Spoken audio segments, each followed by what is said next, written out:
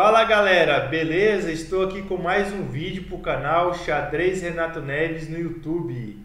E hoje eu vou fazer a partida que eu considero o plano mais genial da história do xadrez. Mas antes de qualquer coisa, galera, eu peço que você se inscreva no meu canal e compartilhe, comenta o que você está achando do meu canal, dos vídeos, dos meus conteúdos. É muito importante, galera, que vocês interagem com o meu canal para que o YouTube possa entender que o meu canal é relevante, que tenha conteúdos interessantes e que continue mostrando meus conteúdos no YouTube. Então eu peço que vocês se inscrevam no meu canal e deixem seu like aí nos vídeos se você gosta dos meus vídeos, do meu conteúdo. Beleza?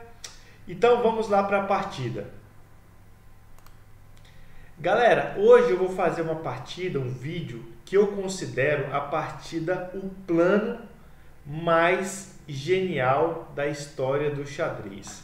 Essa partida aconteceu entre o Naigorshort, que está de brancas, versus o Timman, que está de negras. Essa partida aconteceu em 1991.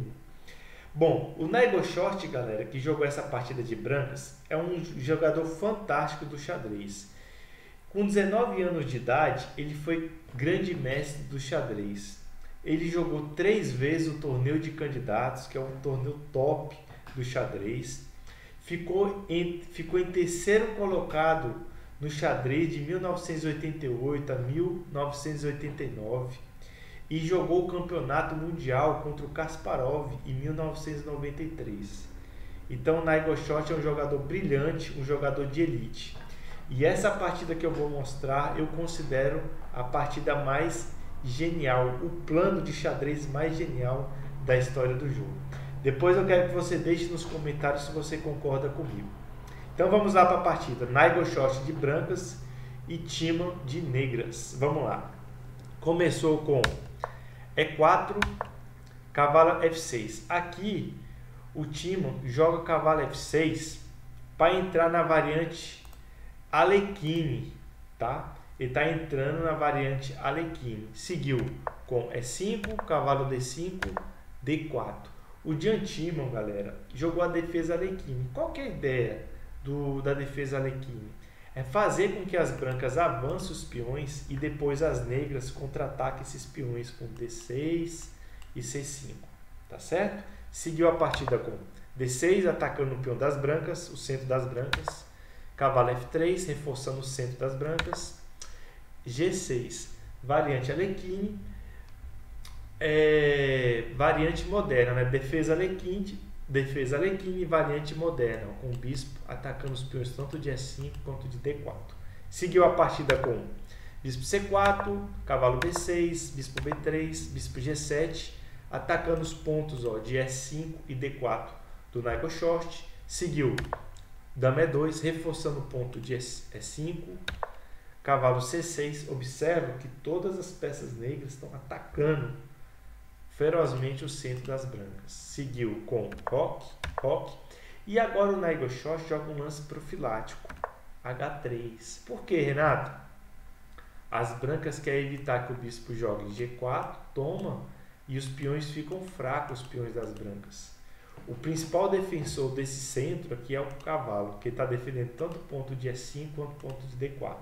Por isso, H3, para evitar a cravada, possível troca do bispo das negras pelo cavalo. Seguiu a partida com H5, A5, A4, peão toma, cavalo D4, cavalo toma. O Jan Timman joga dama toma, torre A1, E6, cavalo D2, cavalo D5, cavalo F3, dama C5, dama E4 pelo Naigorshort, centralizando a dama, né? Seguiu a partida com dama B4. Aqui o Jan Timman quer trocar as damas, tá certo? O Naigorshort, não, bispo C4, cavalo B6, B3. Bispo toma cavalo, peão toma cavalo e torre A8. Nessa posição, galera, vale uma análise estratégica. As brancas têm uma vantagem de espaço na ala do rei. Esse peão aqui, ó, dá mais vantagem de espaço na ala do rei. Em compensação, as negras têm um par de bispo, ó, e os peões brancos na ala da dama estão fracos, ó, estão dobrados e isolados. Então, o plano das brancas é atacar na ala do rei e o plano das negras é contra-atacar na ala da dama. Seguiu a partida com torre D1, colocando a torre na coluna aberta, dama C5, dama H4. Olha só, o Nagoshort está começando a trazer, ó, as peças para a ala do rei. Vai iniciar um ataque na ala do rei. Seguiu B6, bispo E3, dama C6 e bispo H6. Galera, o principal defensor das negras, né, sem dúvida nenhuma, é o bispo de G7. Quando você estiver atacando, você tem que tentar trocar a melhor peça de defesa por parte do adversário. Por quê? Porque assim vai facilitar o seu ataque. Esse bispo aqui está defendendo todas as casas, ó, escuras. Ó. Ele é o principal defensor das negras. Então, uma das estratégias é você eliminar esse defensor. Por isso que o Nagoshort jogou bispo H6. O Jian Timan jogou bispo H8. Ele não quer trocar esse grande defensor, né, das negras. Por isso ele jogou bispo H8. Seguiu torre D8. Bispo B7 pelo Timan, colocando o bispo na grande diagonal e conectando as torres. O Nagoshort joga torre D1, fortalecendo as torres na oitava fileira, né? Bispo G7 e torre D7 pelo Nagoshort. Muito interessante. Quando você estiver atacando, você tem que evitar trocas de peças. Ué, Renato, tá doido? Você acabou de falar para trocar a peça? Eu falei o seguinte: quando você estiver atacando, você tem que trocar geralmente uma peça, a melhor peça do defensor, por uma peça sua.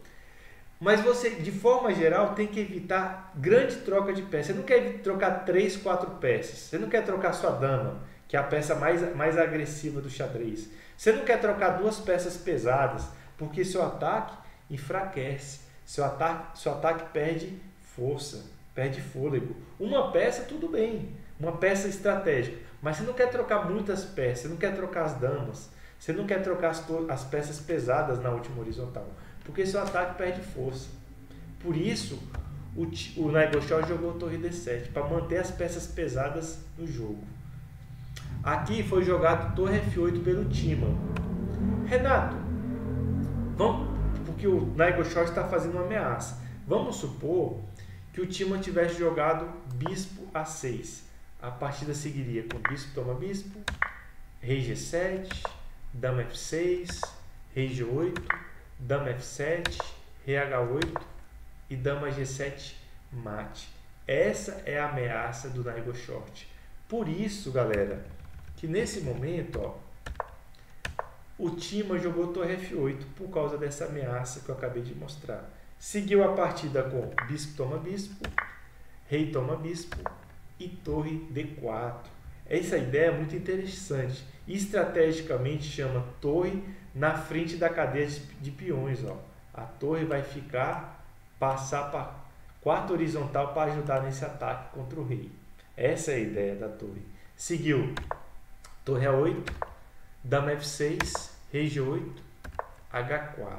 O plano desse H4, galera, é jogar H5, H6 e dama G7 mate. Esse é o plano. Observe, galera, que essas casas escuras aqui, ó, perto do roque, estão debilitadas, estão enfraquecidas. Por quê? Porque aquele bispo foi trocado. O bispo, quando saiu do tabuleiro, deixa todas essas casas negras enfraquecidas. Então fica a dica: quando o seu adversário fianquetar ou cair fianquetar o bispo, tenta trocar esse bispo. Porque se você conseguir fazer isso, ó, todas as casas em volta do rei, as casas escuras, nesse caso, ficam enfraquecidas. Seguiu a partida com H5, para evitar essa ameaça que eu mostrei para vocês. E agora, galera, o lance mais genial da história do xadrez, o plano mais genial da história do xadrez. Eu vou deixar para vocês, galera, 30 segundinhos para ver se vocês conseguem achar o lance, beleza?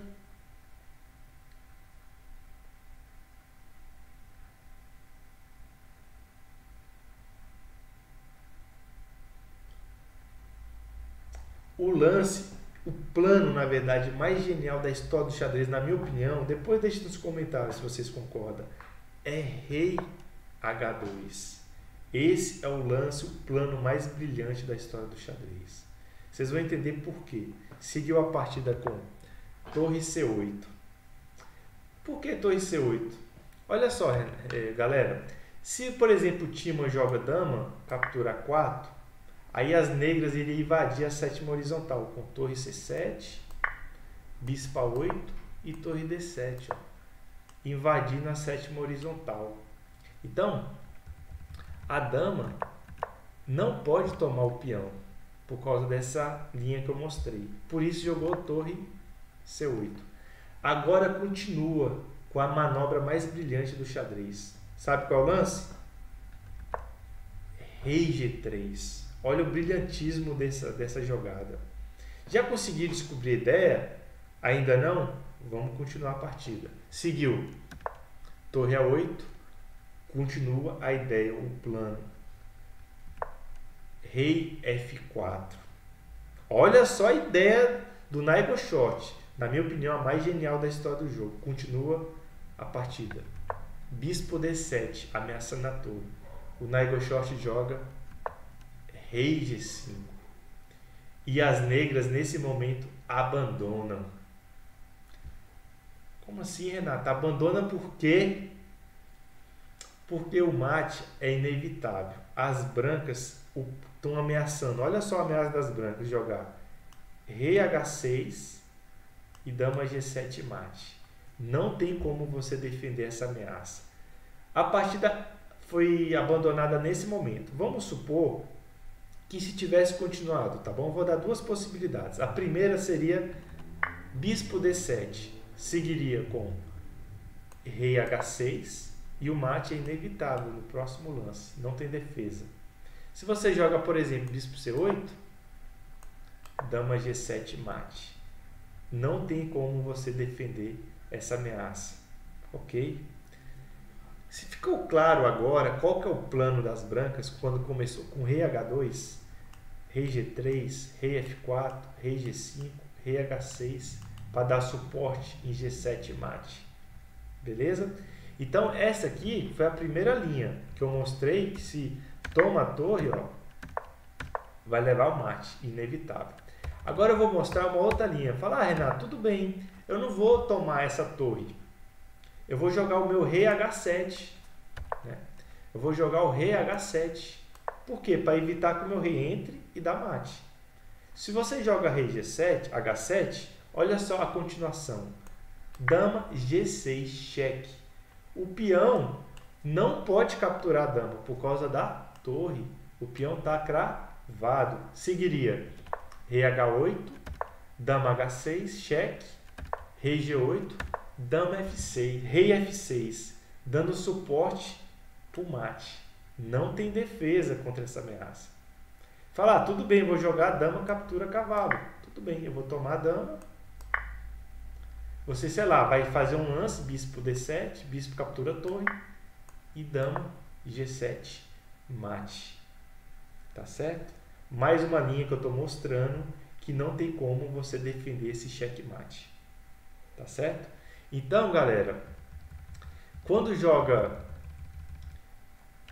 Rei H2, esse é o plano do Nigel Short. Jogar Rei G3, Rei F4, Rei G5, Rei H6 e Dama G7 mate. O plano, a ideia começa com Rei H2 e a partir daí o plano vai se mostrando para o adversário.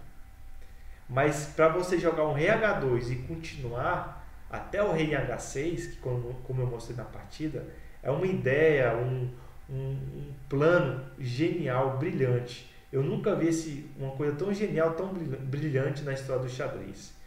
Então é isso aí, galera. Eu trouxe a partida Nagoshort contra Tima, jogada em 1991, e na minha opinião foi o plano mais genial da história do xadrez. Deixe nos comentários se vocês concordam comigo e o que vocês acharam da partida. Um grande abraço e valeu!